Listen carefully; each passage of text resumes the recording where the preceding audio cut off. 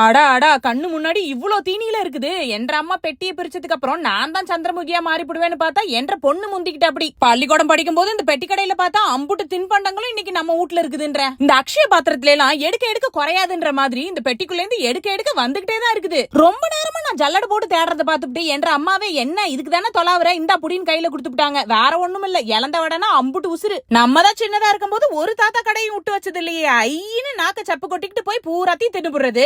இப்ப என்னன்னா ஒரு தேன் முட்டாயை வாங்குறதுக்கு அம்புட்டு கஷ்டமா இருக்குது. அதான் இந்தியால இருந்து வரும்போது எது வாங்குறீங்களோ இல்லையோ தேன் முட்டாயை மட்டும் கிலோ கணக்குல வாங்கிட்டு வாங்கன்னு சொல்லிவிட்டேன். என்னத்தான் இந்த நொறுக்கு தீனியெல்லாம் இப்போ ரக ரகமா கண்டுபிடிச்சாலும் இந்த 90s டைம்ல சாப்பிட்டதுதான் பெஸ்ட்.